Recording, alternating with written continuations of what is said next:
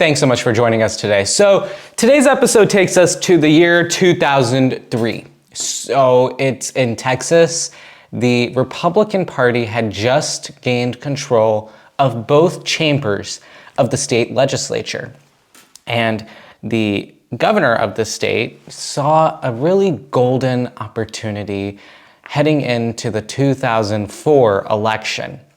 When he thought about it, it seemed really like a nice time to artificially redraw districts. Sound familiar? So in 2003, the Republican-controlled state legislature of Texas basically went on a full cheating spree and decided that they wanted to redraw the districts in their state in order to make sure the Democratic Party of Texas was on a road to extinction. In an effort to block it, 52 Democratic state representatives fled the state. They were called Killer Ds, and they fled the state in order to deny a quorum in the House for voting on this rigged map. And they ultimately were able to hold out for a bit. Governor Rick Perry, who was governor at the time, called multiple state legislative sessions over and over and over again, overriding the quorum threats, and ultimately he was able to pass his rigged maps with a third session. And after the 2004 elections, Republicans then held a majority in the Texas congressional delegation for the first time since Reconstruction. They redrew the maps in such a manner that for the first time since Reconstruction, they were able to win the entire delegation control. And this wasn't a small amount. I think it was something like 21-11. So you have to really think about the margins and how they shifted.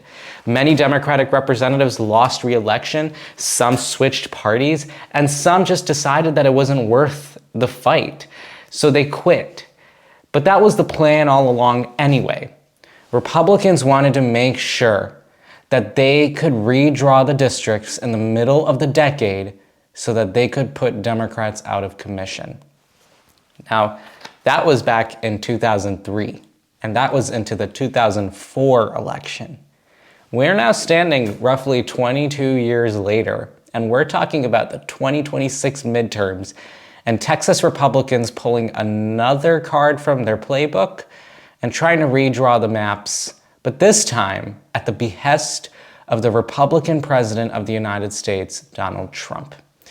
This is a story I've been talking about here on the show for quite a bit. I know that there are other big stories going on across the country right now, whether it's the DC federalization of the National Guard, or whether we're talking about the Trump-Putin, whatever you want to call it, that happened today that didn't yield many results.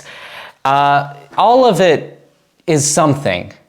But this story I have found to be so important to highlight and to constantly talk about, because this is about the future of our country.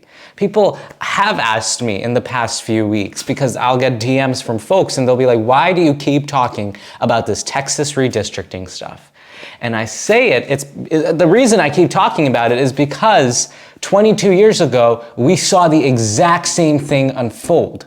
And now we are seeing it happen again 22 years later. I would hate that 22 years from now, this is happening again. But I feel like it's going to happen more often now. I think that culture and the tide shift and the level of what is considered acceptable in our politics has changed in such a manner that it is possible for it to happen. And I think it might happen even more now.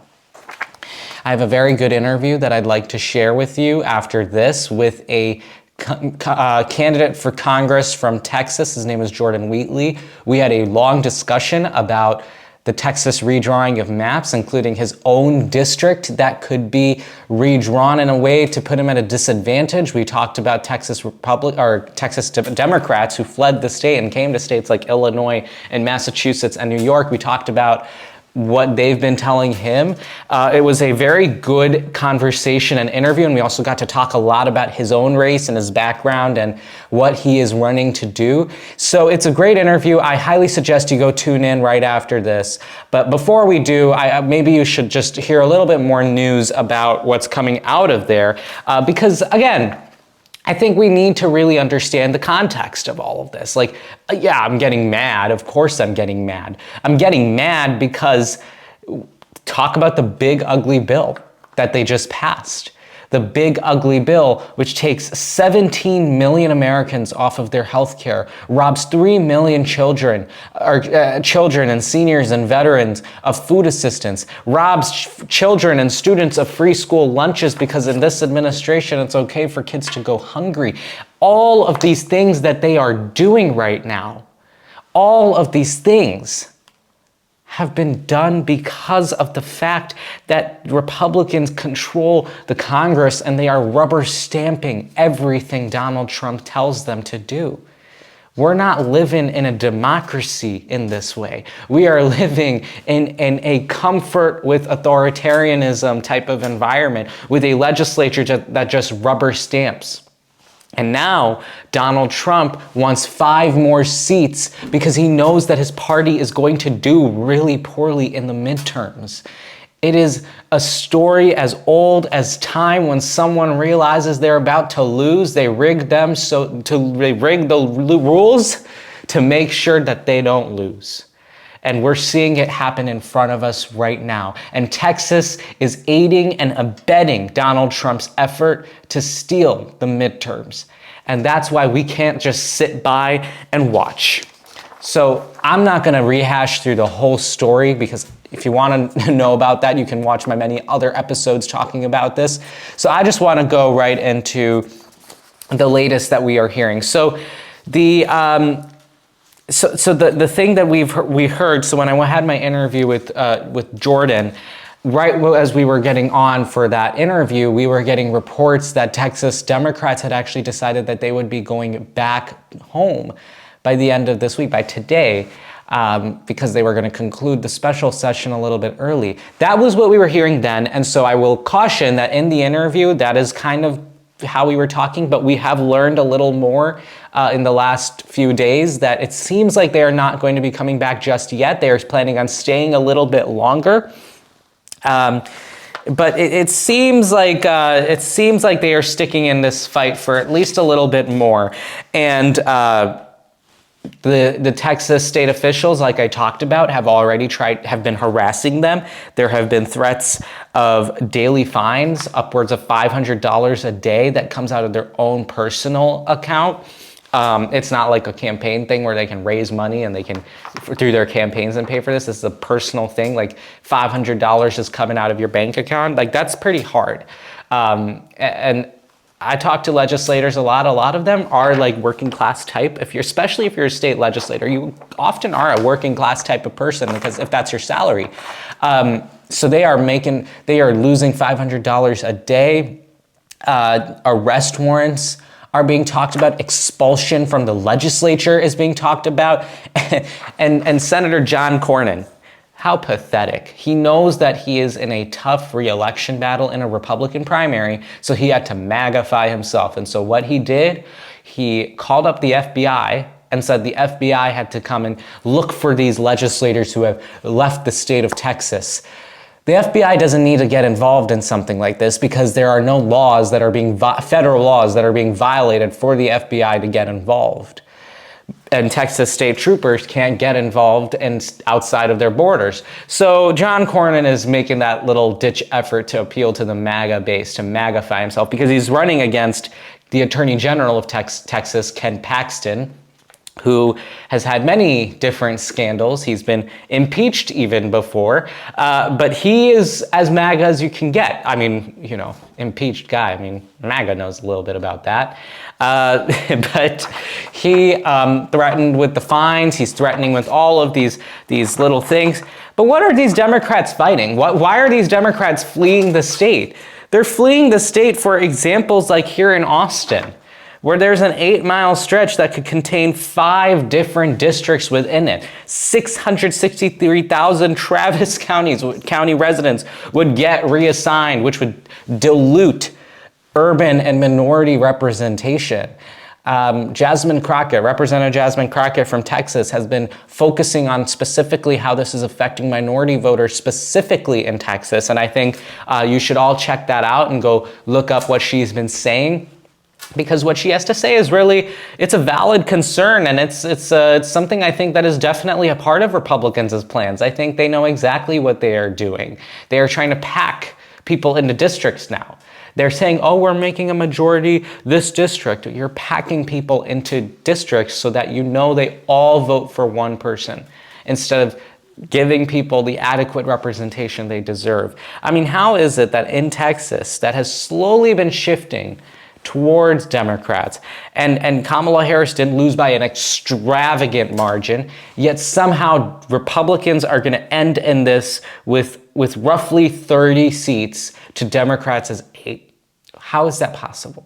How is it? And it's not like California, where an independent district redrew them. It's not like that. It is literally because the legislature draws the districts in such a manner that it happens, that it ends up completely distorting the representation. Now, Texas Democrats have said they would return if a current special session ends, and then once California unveils a retaliatory redistricting plan, which I'll talk about in just a second. And they said that returning could help build a public record useful for legal challenges. I'm not a lawyer, so I'm not going to go into the nitty-gritty of that, but there are talks that after this special session ends, that they'll come back home. That's what they're talking about.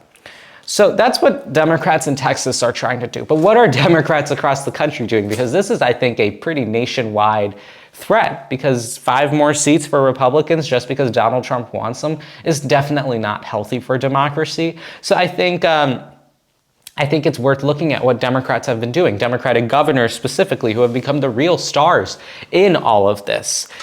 So we can start with Governor J.B. Pritzker, my governor here in Illinois. He's been hosting the Texas Democrats right here in Illinois, and we're working on a very exciting interview actually in that respect, and I highly encourage you to tune into that. More to come in a bit. But he's hosted the Texas Democrats that have been fleeing the state. He called the GOP's actions cheating. And it's what you have to do. He's provided this protection in our state.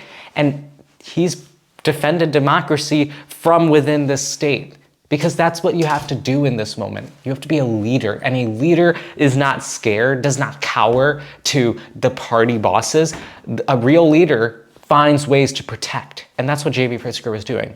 Then there's Governor Kathy Hochul of New York. She called the redistricting push a legal insurrection and declared political war, and signaled a potential dismantling of New York's independent redrawing commission. Because honestly, if Texas can redraw their districts completely unfairly using the power of the legislature, and Democratic states just watch and take it, I don't think that's going to work. That's not productive. So Kathy Hochul is exploring the possibility of dismantling the Independent Redistricting Commission. And then I think we have our biggest, I think, name, profile, whatever you want to say, out of this whole mess, and that is Governor Gavin Newsom of California, who threatened Texas, if they go forward with their rigged maps, that California too would then take a page out of Texas's playbook and redraw their maps in order to counteract the unfair advantage that Texas Republicans are trying to draw up for themselves. And so, in a rally that he was calling Liberation Day, that might sound familiar, Liberation Day, like Trump's fake tariff day. Gavin Newsom proposed the Election Rigging Response Act, which would be a special 2025 November special election to redraw 5 Republican-held U.S. House seats as retaliation for and a protected future return to nonpartisan mapping as a response to what Texas is doing. And so this is the proposed California map. You can see that it definitely is a response for sure to what Texas is doing. And I think Gavin Newsom has definitely built the biggest name for himself out of all of this. I am loving how Gavin Newsom is trolling Donald Trump. If you take a moment to check his Twitter, it is hilarious because he is tweeting exactly like Donald Trump tweets. He is using the same language. Take a look at this one right here. He wrote in satirical all caps, he writes, where Donald Taco Trump missed the deadline. California will now draw new, more beautiful maps. They will be historic as they will end the Trump presidency, parentheses, Dems take back the House. Gavin Newsom is definitely trying to get under Trump's skin by doing exactly what Trump does. And I don't think Trump is going to like Gavin Newsom mocking him this way. Oh my goodness. He definitely does not have the thick skin to deal with this. This is hilarious. And I am loving whatever Gavin Newsom is trying to go with here with the all caps tweeting and everything. But whatever it is, I'm here for it. It is hilarious. And I think that is exactly what we need to do. Because, like I said, 22 years ago, Republicans did the exact same thing. Mid-decade rigging of the midterm maps, or the congressional maps, because 2004 wasn't a midterm year, but mid-decade redistricting to cheat, to give yourself an advantage because you know you're not going to win in the midterms. You're not going to win the next House race. So you redraw in the middle. 22 years ago that happened. 22 years later, it is happening again, and this time with a lot more blanket relevancy and legitimacy being offered. It is a disgrace that this is happening, and we have to learn to speak up and say no in this moment. So that's what I have to say about the Texas stuff. I think we'll still be talking about this for a bit. I think definitely going into November at least, because then we'll be covering that special election for that Redistricting Response Act or whatever in California. But I think there's more for us to talk about for sure with Texas and all of the ways they're trying to cheat, and I'm never going to stop talking about it. My interview with candidate for Congress out of Texas, Jordan Wheatley, is next. It was a great conversation again, so please tune in. You can watch the full version on Substack, but you can watch some of it right now. Take a look. So the biggest story on this show that we have been talking about for a few weeks now is the Texas redistricting stuff. Now, this is being recorded on Tuesday. This episode airs on Saturday, so a lot of the news may not be fully up to date, but we're going to talk about what the heart of this issue is, which is the GOP trying to steal the 2026 midterms because Donald Trump wants 5 extra seats he didn't earn in the midterms because, you know what, they know they're going to lose. Now, my guest for today's episode is someone who has a unique insight into this Texas redistricting stuff, because he's in the state of Texas. He is running for Congress out of Texas's 3rd congressional district, and he is also a school teacher, a 4th grade teacher. I always love having the perspective of a teacher. So here to talk about the congressional redistricting stuff going on in Texas, his election, and a lot more, I am joined by candidate for Congress, Jordan Wheatley. Jordan, thank you so much for joining me here today. No, thank you for having me, of course. Like you said, I'm Jordan Wheatley. I am a 4th grade public school teacher. I actually just finished up our first day of school here. So, like I said, I threw on my little blazer that I keep in my room, hopped on the call, of course.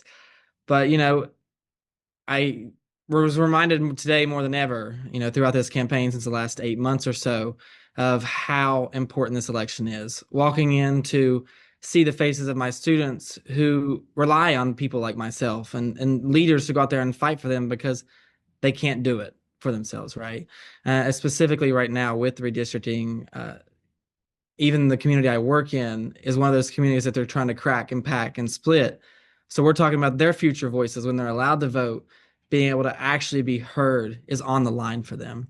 And so, yeah, my background as a teacher is every bit of why I'm in this campaign in the first place. And I'm excited to talk to you more about it and let everybody else know as well. Well, it is so great to have you on, and I'm so glad that we could work out this interview because as soon as I saw the Texas stuff, I knew I just needed to get a Texan on the show because I could call up whatever pundit and stuff, but I don't think it matters because we don't get to hear what's going on on the ground. So let's get into things. Let's talk a bit about that stuff. So just within the last hour or so.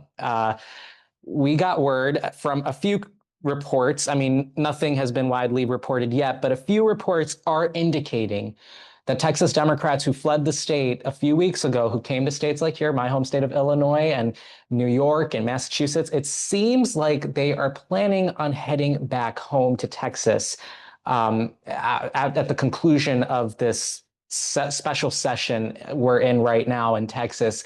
Am I getting all of that right? And tell us a little bit about your reaction to this news that is breaking right now. I don't have a lot of facts on it, but just wanted to get your thoughts on that stuff. Well, the idea is here that Democrats, the Texas Democrats, being in the minority, are using every tool in their toolbox, right? So, when people actually say that they fled, they're actually doing one of the very few tools they have left to stop bad policy, or in this case, bad maps, right? And so, reading that, I also read the headline just as well as you did. Like I said, I've been at work all day, but seeing that they're still trying to make sure that Texans are the main priority here.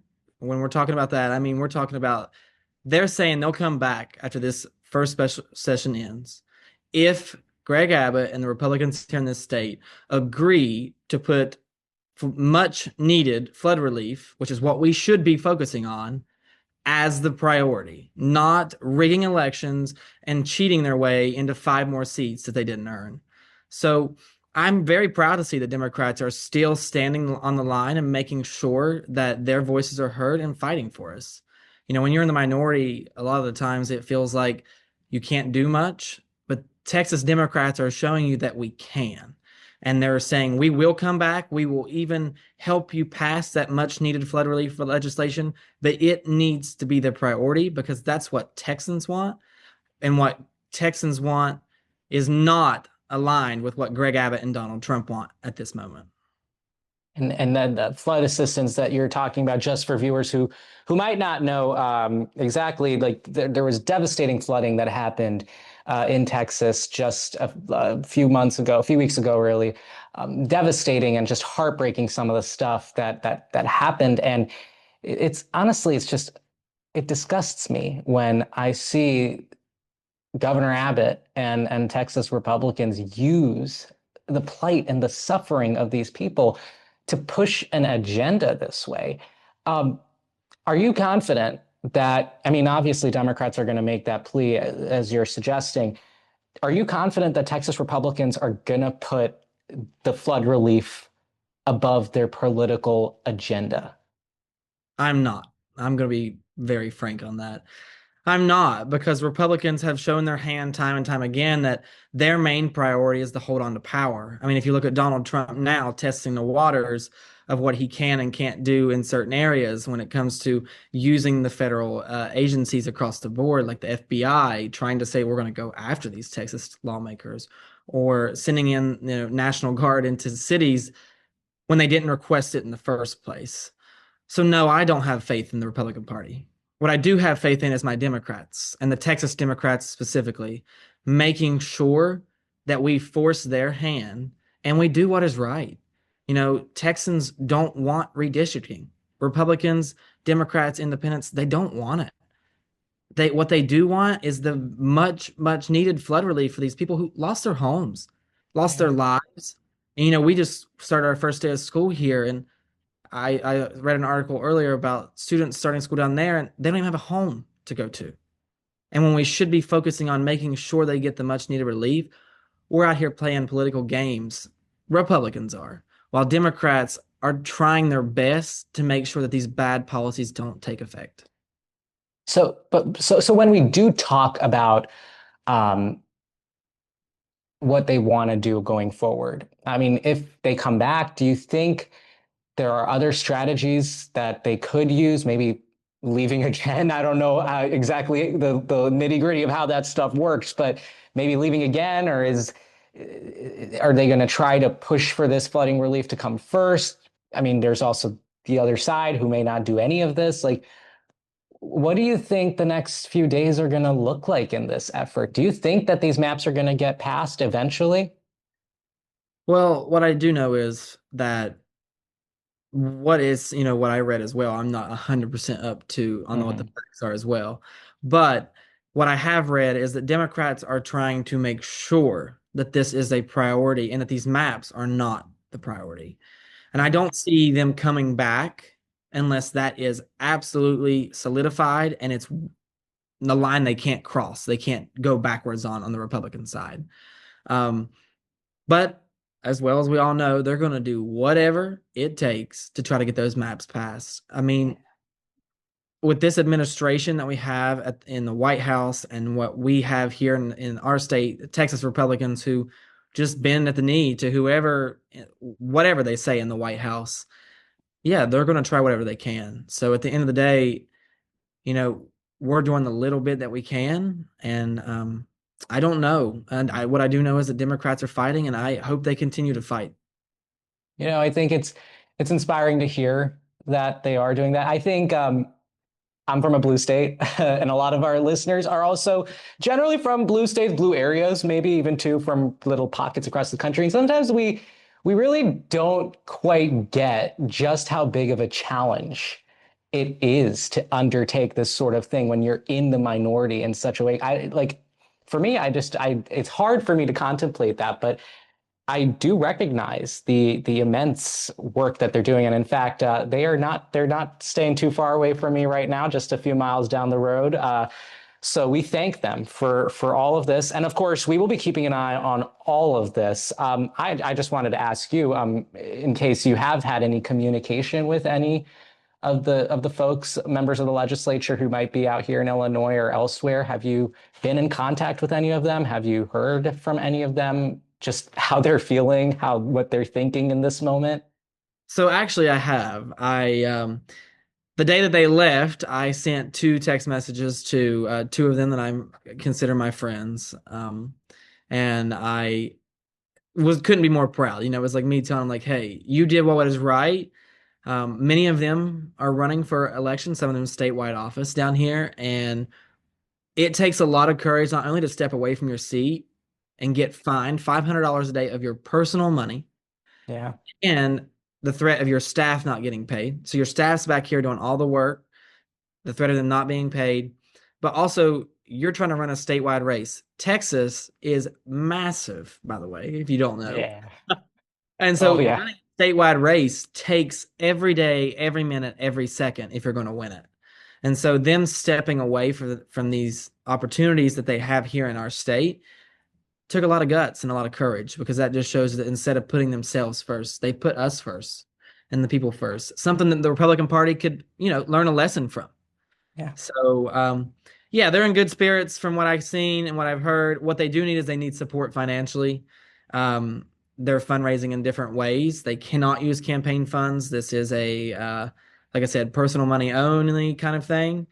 And even now, you have of course, Ken Paxton, our Attorney General in the state, trying to sue so he can, block these efforts of fundraising, which are legal avenues for fundraising. But yeah, they're in great spirits and they are doing what is right, unlike the Republican Party. Well, I'm glad to hear that they are doing well. I mean, that is the report I've been hearing as well from our from DuPage County where they are here right now. So I'm glad to hear that they're in good spirits and that their resolve is strong.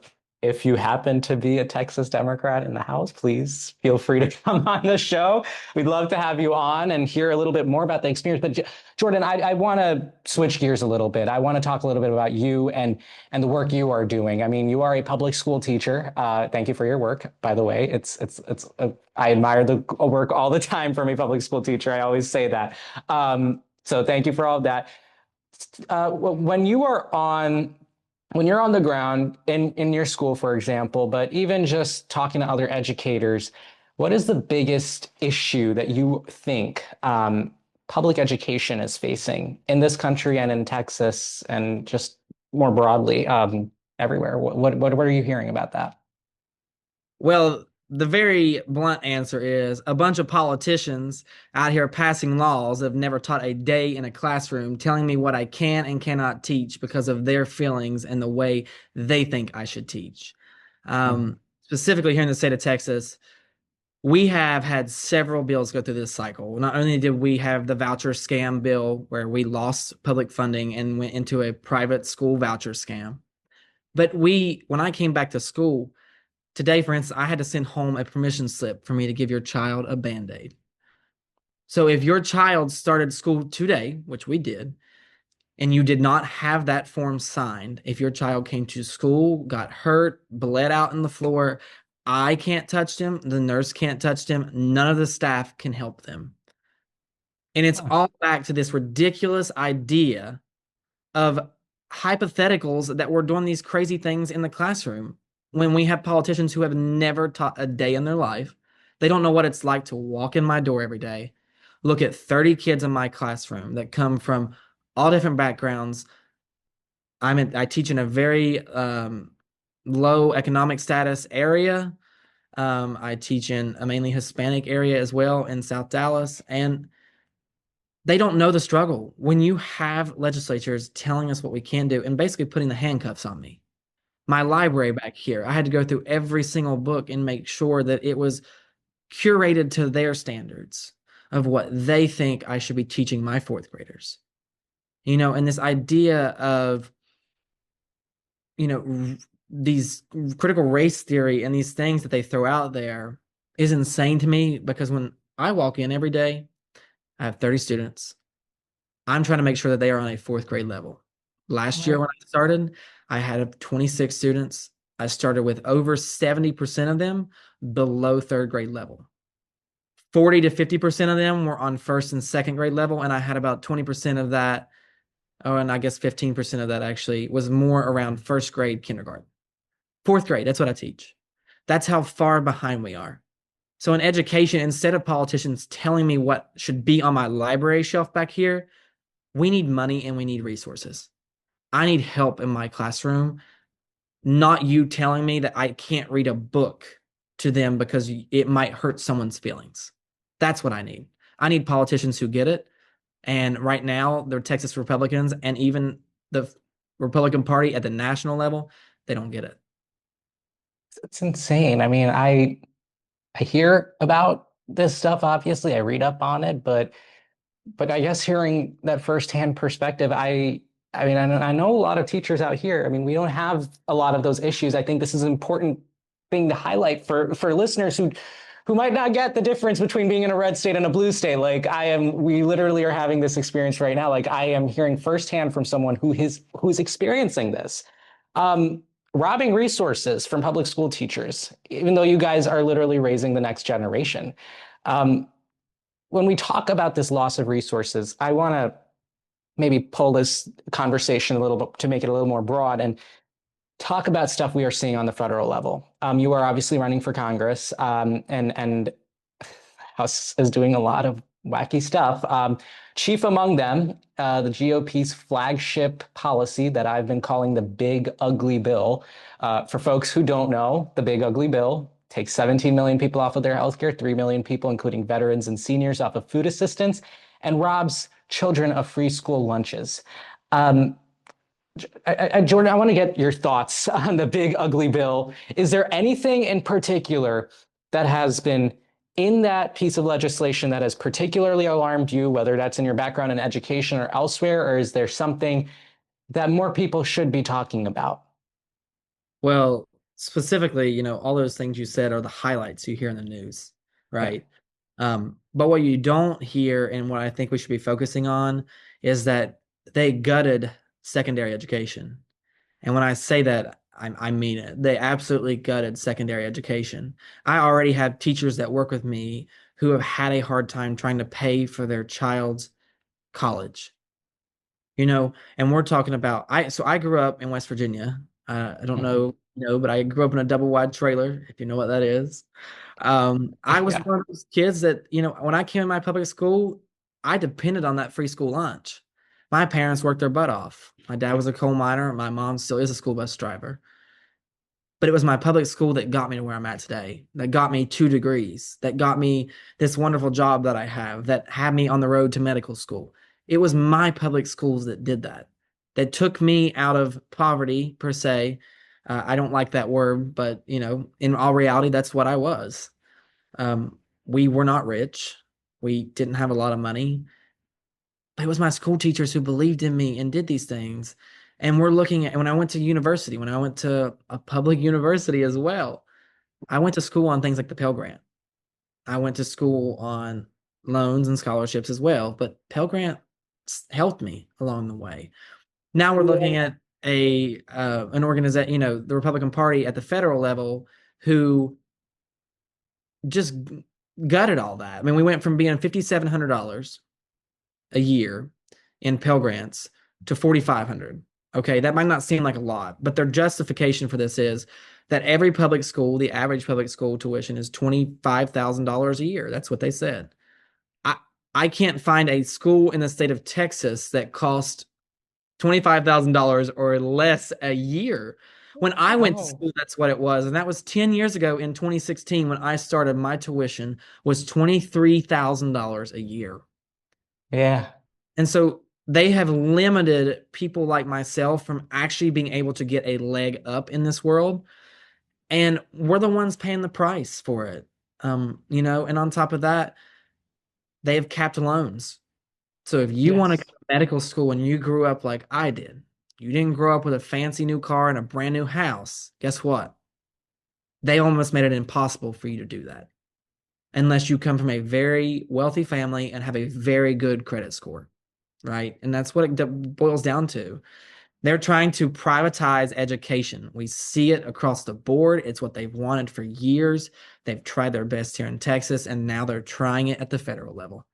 They may not be out there saying it, but that is what they are doing. And when you do that, it is the kids that sit in my classroom every day. It is the people that grew up like you and I did that pay the price. I don't want to take too much more time, but I did have one more question I wanted to ask, and that is, if you are elected, and let's say in January 2027, you're sitting in the nice halls of Congress, what is the first thing, or I guess other candidates for Congress have insisted on things?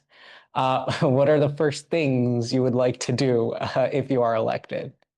I think everything falls under the umbrella of affordability, whether it's through housing, education, healthcare, all of those things. We have got to focus on how we can support middle class, low income Americans, a majority of America, by the way, uh, on things that matter, like housing. I don't know about you and I, but it might be 30 years before you and I can afford a house, by the way, Yeah. at this point. Education, I want to make sure that you can finish college, stay in college, and get another degree if you want one, right? If you want to go to, graduate school, become a doctor, become a lawyer, whatever you want to do, I want to make sure you're able to do that. Right now, all of that's put into question. And I don't think that those issues in general are Republican or Democrat issues. I think those are American issues that we should really be focusing on across the board. Um, I've always said this in my campaign, but I don't believe that there's always a Democrat way and a Republican way. The same way when I walk into my room every day, I have students who are high learners and I have students who are on the lower end of the learning spectrum. I cannot teach one size fits all. That's not how it works. Yeah. We need policies that reflect that and show that. And it's going to take somebody that's willing to sit down with some of these people and have a conversation. And I think if you can deal with fourth graders every day, you can deal with those people in Congress easy. Oh, I'm sure. There are a bunch of kindergartners running around, so I think you got a leg up on most people with that. Well, Jordan, we are almost out of time for our interview here, but before I do let you go, are there any parting thoughts that you'd like to share with my audience? Yes, of course. Guys, I'm a public school teacher. I know we've said that. But when you're tired and you're ready to quit and give up, I know that most of you out there have a niece, a nephew, a cousin, maybe your own children. It is them who we are doing this for. I tell my students all the time that working hard is only half of it. You got to fight for it sometimes as well, which means when the going gets tough, you got to push through and you got to keep going. All we need is one election to change the course that we are on right now. And this is that election. Jordan Wheatley running for Congress. Thank you so much for joining us today, especially on the first day of school. I mean, look at you. You are a hustler. We'll be keeping track of your race over here at the Ishan S Show, but we hope to have you back on very soon. I'd love to get an update. Yes, sir. Thank you. Thank you for having me. Absolutely. Alrighty, that was my interview with Jordan Wheatley, candidate for Congress. Thank you so much to him and his team for making this interview happen. I was so glad to interview him, especially in this moment that we're in. If you liked my commentary, then please go ahead and subscribe to my Substack. It's a great way to stay in touch with the show. I love to post full versions of interviews. Again, reminder, if you want to watch my full interview with Jordan Wheatley, you can go on Substack and watch it there right now. I can also direct you to our show's Instagram at the Ishan S Show. I like to post clips from the show and interview clips. So if you miss anything from the show one day and you're like, oh man, I don't know what they talked about on the Ishan S Show today, you can follow us on Instagram and find it there. And you can follow me on Instagram at Real Ishan Shrivastava, as well as on TikTok. We need to update that screen. And you can find me on Blue Sky at ishanshrivastava.bluesky.social. Alrighty. Thank you so much for joining us for today's episode. It's great as always. Remember to share this episode and all your favorite episodes with your friends and family. I'll see you in the next one.